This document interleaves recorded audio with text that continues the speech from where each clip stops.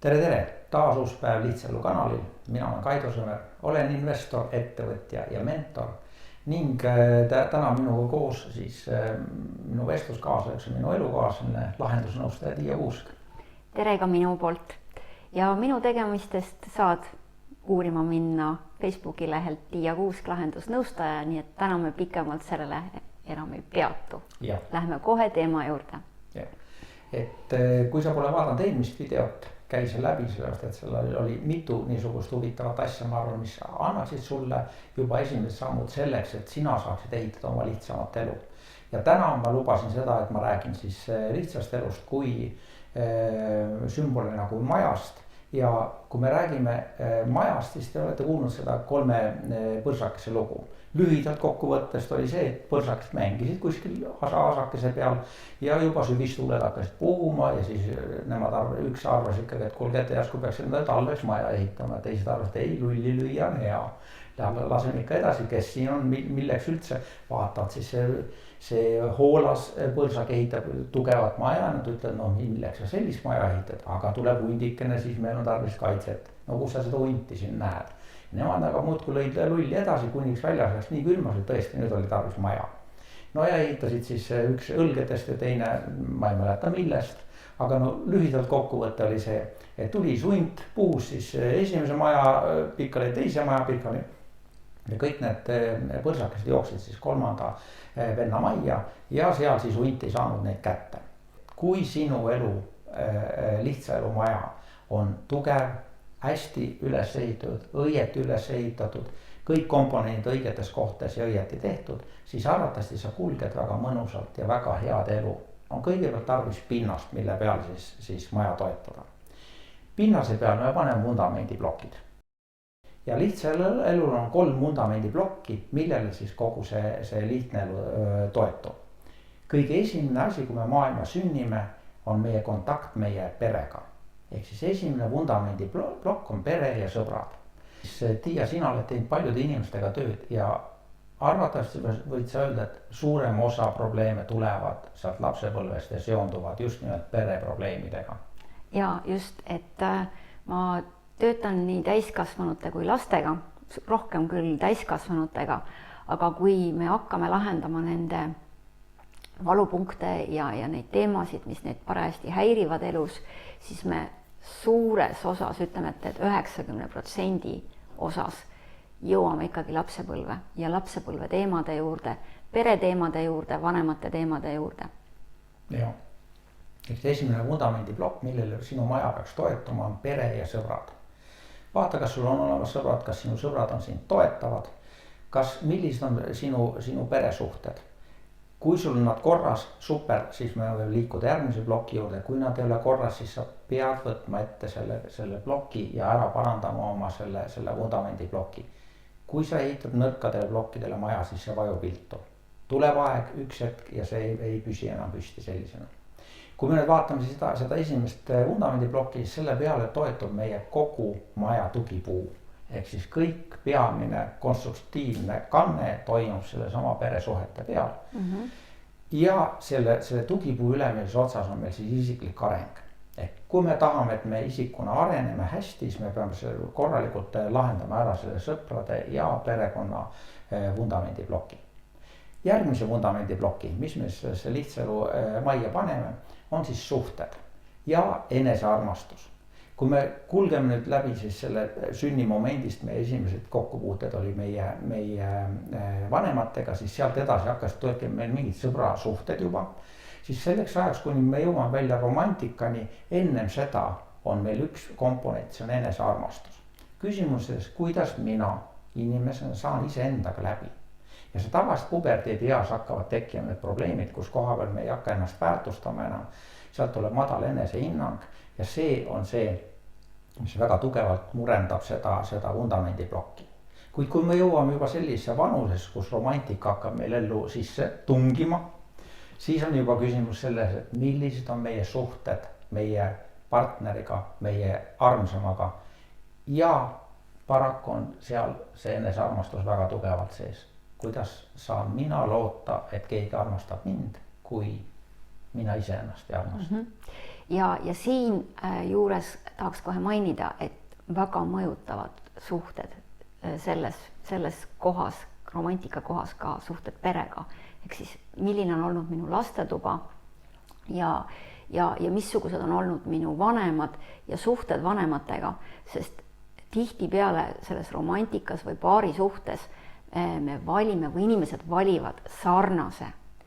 Ja kui inimene tuleb sellisest katkisest perekonnast või kus on olnud suhted konfliktsed, siis ka see paari suhtele, kui isegi tuleb selline inimene talle ette, et kes nagu austab teda või väärtustab teda, siis ta tihtipeale ei vali seda endale partneriks, vaid ta valib just selle tuttava, ehk siis just selle inimese, kes võib-olla peegeldab talle neid konflikte ja võib-olla sellist mahatõmbamist, et sellepärast on see esimene vundamendiplokk ülioluline. Ülioluline, ma ütlen, et ma olen väga paljus edukaid inimesi näinud ja nendel edukatel inimestel on tegelikult korras seesama esimene vundamendiplokk. Isegi siis, kui vanemad on surnud, neil puudub igasugune nagu taak või selline vana vimm või vana kaasaskantav koorem seoses perekonnaga. Nad saavad läbi oma vanematega, said läbi nendega, need suhted olid head. Ja kui sa tahad, et su elu kulgeks hästi, siis see on väga oluline vundamendiplokk. Ja muidugi romantika ja see me tahaksime, et meil oleks partner ja see partner oleks meie jaoks õige. Partneril on väga palju rolle, lisaks selle romantikale ja seksuaalsusele on seal ka roll, ütleme, finantsiline ehk rahaline roll, et see partner oleks sind toetav sinu tegevustes ja sealt edasi saaksite koos kulgeda, ehitada koos üles sellist finantsilist küllust, sest kui sinu partner tõmbab sul ikkagi vaiba jalgalt ära, on väga raske ehitada sellist head materiaalset külluslikku elu üles koos. Järgmine vundamendiplokk oleks siis tervis. Väga oluline vundamendiplokk sellepärast, et kui su tervis ei ole korras, ükskõik millise elu sa endale üles ehitad, sa ei saa mõnusalt kergelt kulgevat elu. Sa ei saa seda nauditavat olemust, sest sul on pidevalt mingisugune pisikene asi, mis sind närib. Ja tervisele pöörata tähelepanu on investeeringutes minu jaoks number 1.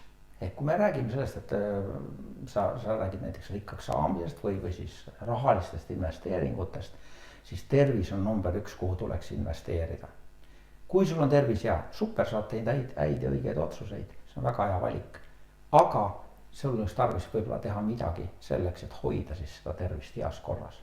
Ja tegelikult ju sinu juurde Tiia saabuvad ju inimesed väga tihti just nimelt terviseprobleemidega. Jaa, et tullakse terviseprobleemidega, kas siis kergematega või juba päris hulludega ja kuhu me ikkagi jälle jõuame sellesse alguspunkti, kus kõik on alguse saanud, on ikkagi emotsioonidest, on nendest suhetest, on lapsepõlvest ja mingitest läbielamistest või kogemustest, mis on haiget teinud, see valu on enda sisse ära peidetud, ära betoneeritud ja nagu esimeses osas Kaido rääkis sellest tuumapommist, et siis see tuumapomm on lihtsalt nii-öelda vallandunud või plahvatunud ja siis väljendub ta siis mingit laadi diagnoosiga. Ehk siis tervisekivi on väga oluline vundamendiplokk meie maja juures ja see tegelikult toetab nendele 2 eelmisele kivile. Kui seal on mõrad, siis see maja vajub külili ja midagi ei ole teha, su elu ei kulge mõnusalt ega nauditavalt sel juhul. Selle 3 vundamendiploki peale me toetame põranda ja toetame maja seinad. Ja nüüd maja seintel on 2 funktsiooni. Üks osa on see, et ta peab kandma üleval katust, mis siis varjab seda maja nii-et ülevalt tuleva vihma eest ja siis teistpidi ta peab hoidma ka natukene sooja ja kaitsma tuule eest, ehk siis majas peaks olema mõnus olla. Ja see kaitse, millest me räägime, see esimene seinakaitse on keskkond. Ja keskkonna puhul me räägime nii sise- kui väliskeskkonnast. Milline on sinu keskkond, kus koha peal sina viibid? Kõigepealt vaatame sisemine keskkond, kas sinu sisemine keskkond on sind toetav, kas su sisekõne on sind maha tegev või sind toetav. Kas sinu väliskeskkond, kus sa viibid igapäevaselt, on need sõbrad, on see kodu, kas see on sind toetav. Kui sa saad, siis põgen nendest keskkondadest, kus koha peal see keskkond ei toeta sinu arengut. Keskkond ja just nimelt sisemaailm on väga tihti see, mille tõttu inimesed satuvad just TIA juurde, kus kohal nad tulevad lahendusi otsima. Just, ja üks asi on see sise ja välis omakorda veel jaguneb ju mitmeks, et üks ongi see, et see on nii-öelda see kodune, see õhkkond, ehk siis see keskkond, mis on õhkkond, aga teine, kui me vaatame ka siis nii-öelda füüsilist keskkonda, ütleme siis loodust või siis kas linnakeskkond, looduskeskkond või et kas ma olen kuskil tööstuspiirkonnas või on see kodu või see müratolm või siis ütleme ka siis kiirgus, et kas on siis need kõrgepingeliinid, mis ma olen näinud, kus on elumajad, on kõrgepingeliinide all, et ilmselgelt see mõjutab, et neid selliseid komponente oleks hea jälgida. Teine meie seintest, maja seintest on äri ja karjäär. Äri siis selles mõttes, et need, kes on eraettevõtjad ja karjäär siis neile, kes on tööelus ehk siis kellegi teise tööandja juures töötavad. See on väga oluline sein sellepärast, et suurema osa oma teadlikult päevast veedame 8 tundi töö juures. Ja kui sa vaatad nüüd oma päeva, siis see päev ju koosneb 8 tunnist magamisest, tööle minekuks valmis seadmisest, töölt tulekuks ja siis lõpuks seda enda vaba aega tunduvalt vähem, kui see tööaeg on. Selle tõttu on väga oluline, et see keskkond, kus sa viibid siis nii-öelda äris ja oma karjääris oleks ka sind toetav. Ehk see sein püsiks püsti, see tooks sulle katusele vajalikud vahendid, nii materiaalsed kui ka siis emotsionaalselt, et see oleks sinu jaoks nagu arengut pakkuv ja viiks sind edasi selles elus. Nii et äri ja karjäär on üks nendest olulistest seintest meie lihtsa elumajas. Nendele seinadele toetamist peale katuse. Katuses on 3 komponenti, ühte juba te näete, on isiklik areng. Järgmine katuse komponent on siis rõõm ja taastumine. See on väga oluline osa meie elust, et meil säiliks mängulisus, et me saaksime veeta piisavalt aega selleks, et taastuda nendest ülesannetest, mida me oleme siis äris ja karjääris teinud, mis on meie nagu perekonnaga aja veetmine. Need on need tegevused, mis sulle tegelikult rõõmu valmistavad. Ehk siin on oluline märgata neid tegevusi ja planeerida oma aega ja oma ajakava just nimelt energiat ja tähelepanu selle, et me võimalikult palju tegeleksime neid asju, mis meil valmistavad rõõmu, mis taastavad meie energiat. Ja siia alla võivad kuuluda ka näiteks hobid, vaba aja veetmine. Ja teine pool siis sellest katusest on raha ja investeerimine. Väga oluline selleks, et tunda ennast mõnusalt. Väga oluline selleks, et tagada meile mõnus rahulik kulgemine. Ja see, et kui me oleme selle raha ja investeerimise poole üles ehitanud õieti, siis see tagab meile sellise rahulolu selles, et me ei pea igapäevaselt ja iga hetkeliselt mõtlema, kus me saame nüüd selle järgmise euro selleks, et osta nüüd mingi toit või siis maksta ära oma arved, mis meil tulevad. Ehk siis mõnusat kulgemise jaoks on ikkagi raha ja investeerimine väga oluline. Ja ma olen põhimõtteliselt valmis saanud siis selle lihtsa elumaja. Täiesti skeemina ja süsteemina täiesti arusaadav, välimuslikult täiesti mõistetav, on korralikult püstiseisev, toetab ilusti tugevalt oma nendele vundamendiblokkidele, kõik komponendid on paigas. Ja nüüd vaatame seda, et väljapoolt võib tulla meil ju väliseid mõjurid, eks see on tegelikult meie sisemine maailm täiuslikult, kuid meie välimine keskkond, kuidas see mõjutab. Ja seda valimist keskkonda me võime kirjeldada siis kas tuulena või vihmana. Mis juhtub sinu lihtsa elumaja, kui tuleb tugev tuul? Kas sul katus püsib peal, et kas sul raha investeerimine on tehtud niimoodi, et see katus sealt minema ei lendaks? Kas sa oled piisavalt taastunud ja sinus on piisavalt rõõmu selleks, et nautida elu sellisena? Kas sa oled tegelenud isikliku arenguga?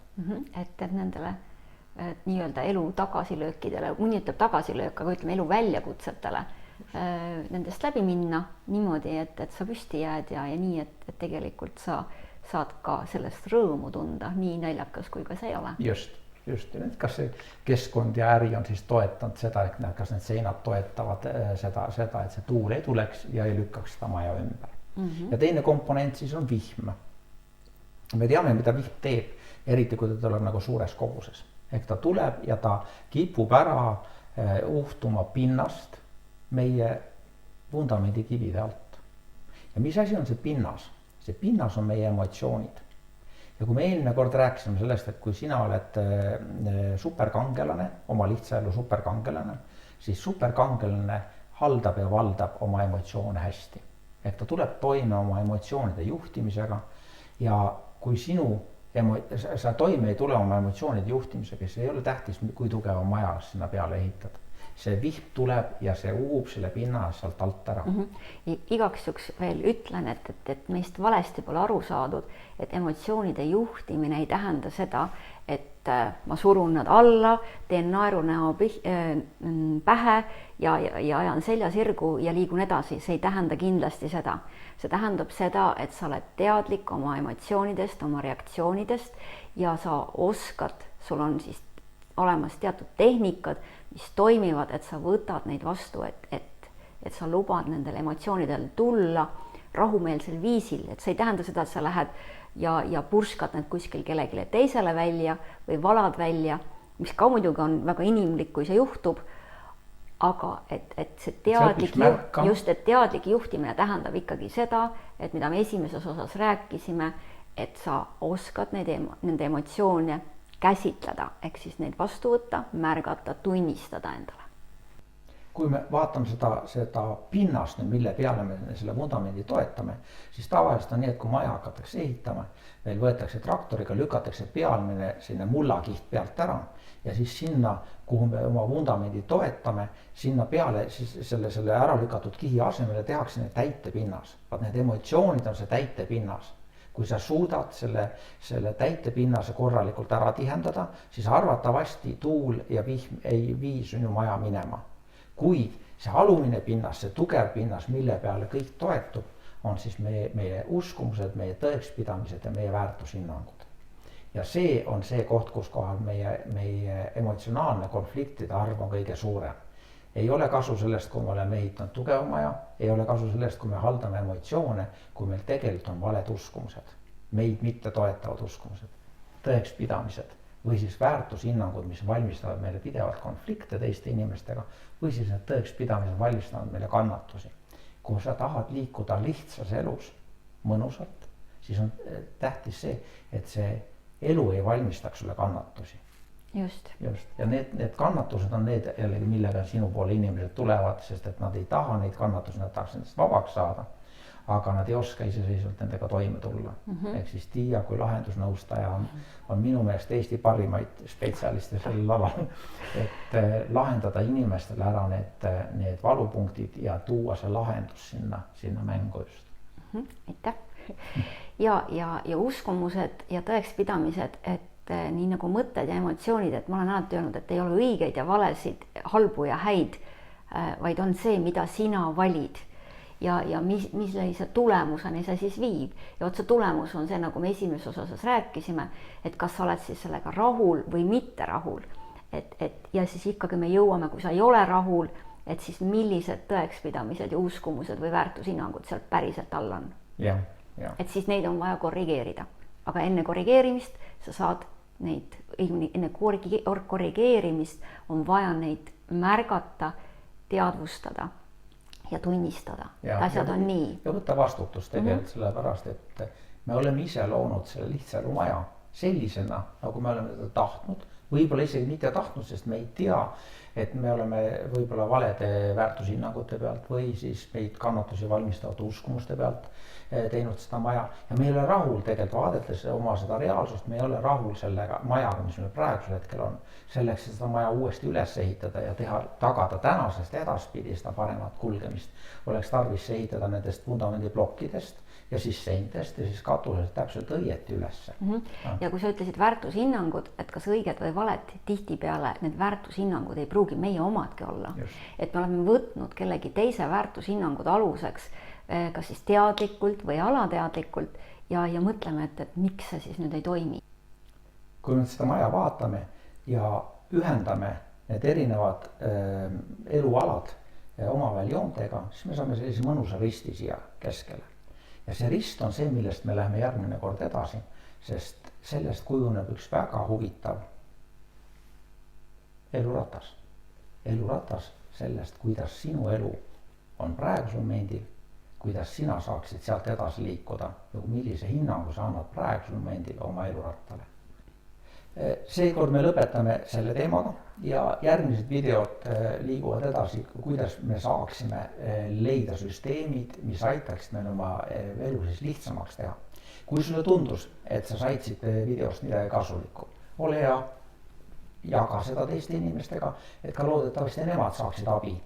Pluss pane like siis meie Lihtsa Elu Facebooki lehele, otsi üles ka meie YouTube'i kanali juhul, kui sa ei vaata YouTube'is otse, siis pane ka sinna subscribe ja läbi selle sa aitad kaasa sellele, et see kanal saaks areneda, pluss teised inimesed saaksid sellest kasu. Ja kui sul on küsimusi, siis kindlasti ole hea, pane need küsimused kas siia samasse alla või Facebooki lehele ja me vastame nendele.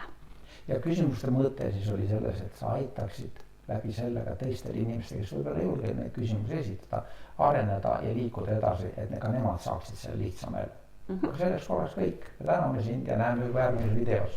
Kõike head. Kohtume järgmine kord.